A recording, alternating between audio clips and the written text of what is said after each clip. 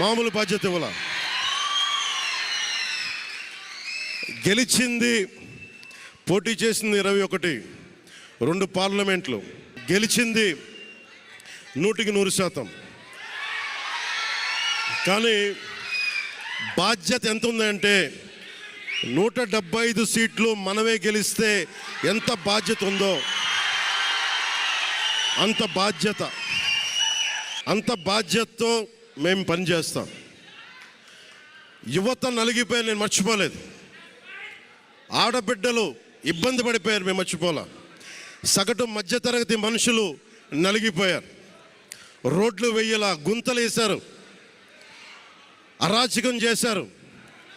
అవన్నీ శాంతి భద్రతలు చాలా చాలా బలంగా ఉంటాయి, మీకు నేను మాటిస్తున్నాను. అతి తక్కువ వ్యవస్థల్లో రాజకీయ ప్రమేయం చాలా తక్కువ ఉండేలాగా, అధికారుల్ని వారి పని చేసుకునేలాగా ఈ ప్రభుత్వం ఉంటుంది, కూటమి ప్రభుత్వం ఉంటుంది. రైతుకి కష్టం వస్తే హక్కును చేర్చుకునే ప్రభుత్వం తప్ప తిరస్కారంగా చిన్న చూపు చేసే ప్రభుత్వం అవ్వదు మనకి ఈ కూటమి ప్రభుత్వం. నాకు రాజకీయాలు డబ్బు అవసరం లేదు, నేను మీకు మళ్ళీ చెప్తున్నాను. మీకు నేను డబ్బుల కోసం, పేరు కోసం రాజకీయాల్లోకి రాలేదు. మీలాగా నలిగిపోతారు చూసారా ప్రతి ఒక్కళ్ళు. సగటు మనిషి మాకు ఎవడు ఉండడేంటి, నా కులం లేదు, మతం లేదు, నా కష్టాన్ని ఎవరు చూడరేంటని ప్రతి ఊర్లో ఉండే ఒక సగటు మనిషి అనుకుంటాడు. ఆ మనిషి కష్టాలు నేను చూసిన వాడిని.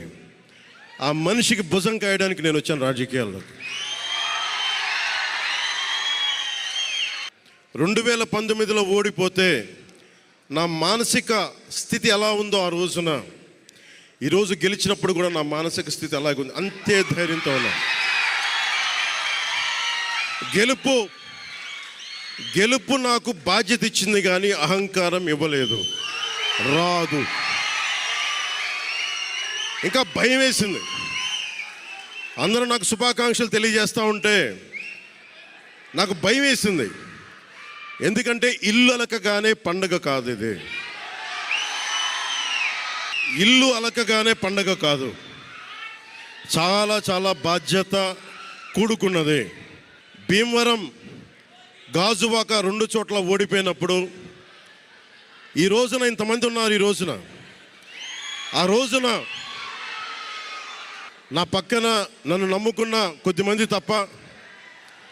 కానీ నాకు ఒకటే అనిపించింది, నేను పరాజయం చూసి భయపడను, ఓటమి చూసి భయపడను.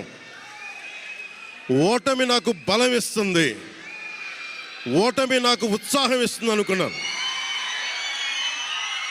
దేనికి అంటే నేను ఒకటే నమ్మాను. చిన్నప్పుడు తిరుపతిలో యోగా నేర్చుకుంటున్నప్పుడు ఒకటే నమ్మాను, ధర్మో రక్షితి రక్షిత అని. నువ్వు ధర్మాన్ని నమ్మితే ధర్మం రక్షిస్తుంది అని. ఎప్పుడో ఒక 30 సంవత్సరాలు ఇంకా ముందే, 18-19 ఏళ్ళప్పుడు చదివితే, ఈ రోజున ధర్మం కోసం నిలబడ్డాం. ధర్మం కోసం నిలబడితే ధర్మం ఈరోజు మనంట నిలబడింది.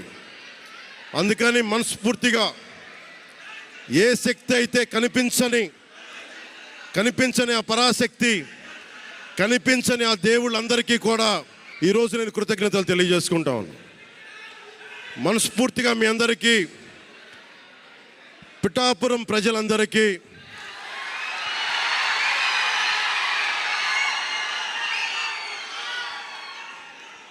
మీరు పిఠాపురం పురజనులకి, పెద్దలకి, ఆడపడుచులకి, అక్క చెల్లెలకి, యువతులకి, కథం తొక్కిన యువతకి, కథం తొక్కిన జన సైనికులకి, జనసేన నాయకులకి, తెలుగుదేశం నాయకులకి, తెలుగుదేశం శ్రేణులకి, తెలుగుదేశం నాయకులు వర్మ గారికి, వారందరికీ కూడా నా ప్రత్యేక కృతజ్ఞతలు తెలియజేసుకుంటా ఉన్నాను.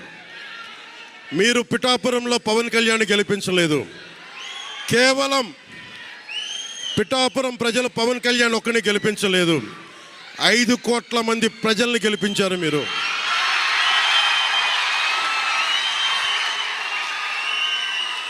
ఓడిపోతే ఇంత బలంగా నిలబడ్డవాడిని. మా ఇంత గెలిపించి కాదు మీరు ఇచ్చింది, చిన్నపాటి జయం ఇవ్వాల, ఆకాశం అంత విజయం ఇచ్చారు మీరు నాకు, మాకు, మా కూటమి ప్రభుత్వానికి. ఇది గుండెల్లో పెట్టుకుంటాం, నిలబడతాం, నిర్మాణాత్మకంగా పనిచేస్తాం. మీ కష్టాలలో మీ ఇంట్లో ఒకటిలాగా నేను ఉంటాను, మీ అందరికీ మాటిస్తున్నాను.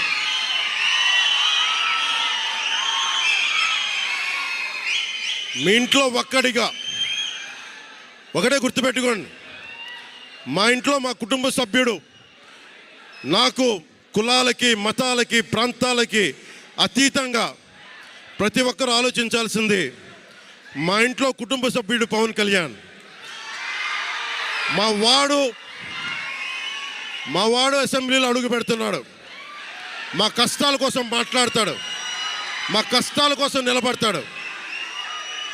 అది చేసి చూపిస్తాను.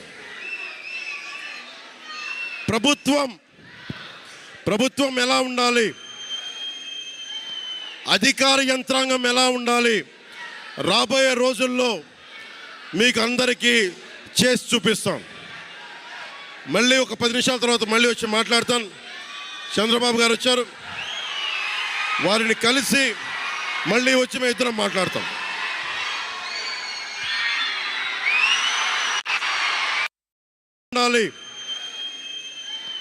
అధికార యంత్రాంగం ఎలా ఉండాలి, రాబోయే రోజుల్లో మీకు అందరికీ చేసి చూపిస్తాం. మళ్ళీ ఒక 10 నిమిషాల తర్వాత మళ్ళీ వచ్చి మాట్లాడతాను. చంద్రబాబు గారు వచ్చారు, వారిని కలిసి. ఆంధ్రప్రదేశ్ 5 కోట్ల మంది ప్రజలు చాలా చారిత్రాత్మకమైన తీర్పిచ్చిన రోజు ఇది. ఏ మాటకైతే మనం కట్టుబడి ఉన్నామో ఆంధ్రప్రదేశ్ ప్రజలకి జవాబుదారీతనంతో ఉన్న ప్రభుత్వం స్థాపిస్తాం. ఏ మాట మీద అయితే మనం చెప్పామో కూటమి ప్రభుత్వం ఆ మాటను నిలబెట్టుకుంటుంది. ఈరోజు మీ అందరికీ జనసేన పార్టీ ఆఫీస్ కేంద్ర కార్యాలయం నుంచి, ఈ వేదిక నుంచి ఒకటే చెప్తా ఉన్నాను మీ అందరికీ, వైసీపీ వైఎస్ జగన్ గారు కానీ వారు నాకు వ్యక్తిగతంగా నాకు శత్రువులు కాదు.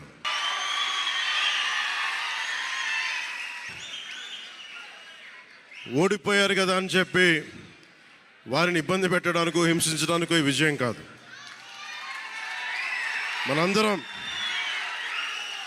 మనందరం గుర్తుపెట్టుకోవాల్సింది చాలా ముఖ్యమైనది.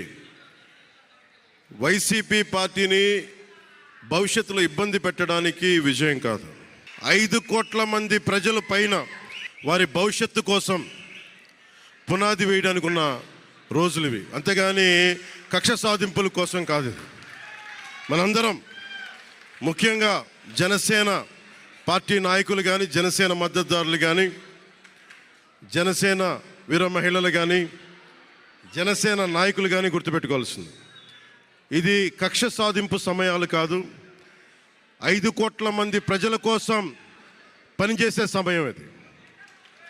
5 కోట్ల మంది పైచులకు ఆంధ్రప్రదేశ్ విభజన జరిగినప్పటి నుంచి ఈ రోజు దాకా మనం నలుగుతూనే ఉన్నాం. ఆ రోజులు అయిపోయినాయి, ఆ చీకటి రోజులు అయిపోయినాయి. ప్రతి ఒక్కరం బాధ్యతతోటి భవిష్యత్తు తరాల కోసం బాధ్యతని భుజాల మీద వేసుకొని చాలా బాధ్యతాయుతంగా జవాబుదారీతనంతో కూడిన రాజకీయ ప్రభుత్వం, రాజకీయ మనకి ఆలోచన విధానం ఉంటుంది. నేను ఆలోచిస్తూ ఉన్నాను, ఏం మాట్లాడాలి ఈ రోజున అనుకుంటా ఉన్నాను. నా జీవితంలో ఎప్పటిదాకా విజయం తెలియదు నాకు.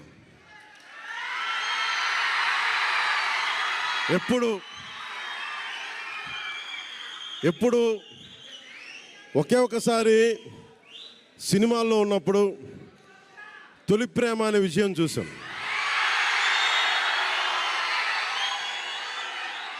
ఆ తర్వాత నాకెవ్వరు నేను విజయం సాధించానని కానీ, డబ్బులు వచ్చినాయని కానీ ఏ ఒక్క సినిమా విజయం చెప్పలే నాకు. నా జీవితం అంతా ఎప్పుడు కూడా దెబ్బలు తింటానో, మాటలు పడతానో, తిట్టించుకుంటానో, నేను ఎంత ఎదిగా నాకే తెలియదు. మీ గుండెల్లో ఈ రోజు నన్ను తీసుకొచ్చి 21కి 21 గెలిచే వరకు నాకే తెలియదు.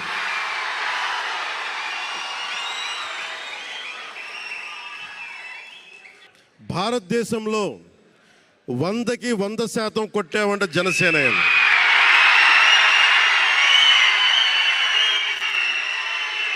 100కి 100. ఇది అంటే నేను ఎందుకు ఈ విజయం జనసేన లేదంటే మన జన సైనికులు, వీర మహిళలో జనసేన నాయకులది కాదు, కేవలం వారిదే కాదు, 5 కోట్ల మంది ప్రజల ఆకాంక్షదే. మార్పు కావాలి, పాలన మారాలి. ఇవన్నీ చాలా మంది, కోట్లాది మంది ప్రజల ఆకాంక్ష. ఈరోజు ప్రజలు ఇచ్చిన తీర్పు ఇది. మనందరికీ చాలా జాగ్రత్తగా ఉండాల్సిన సమయం ఇది. కక్ష సాధింపుల సమయం కాదు ఇది. ఆంధ్రప్రదేశ్ భవిష్యత్తుకి పునాది, బలమైన పునాది వేసే సమయం ఇది. అన్నం పెట్టే రైతుకి అండగా ఉండే సమయం ఇది. రక్షణ లేని ఆడబిడ్డలకి రక్షణ కల్పించే సమయం ఇది. ఆడబిడ్డల్ని, మహిళల్ని వారి కాళ్ళ మీద వాళ్ళు నిలబడగలిగేలా చేసే సమయం ఇది.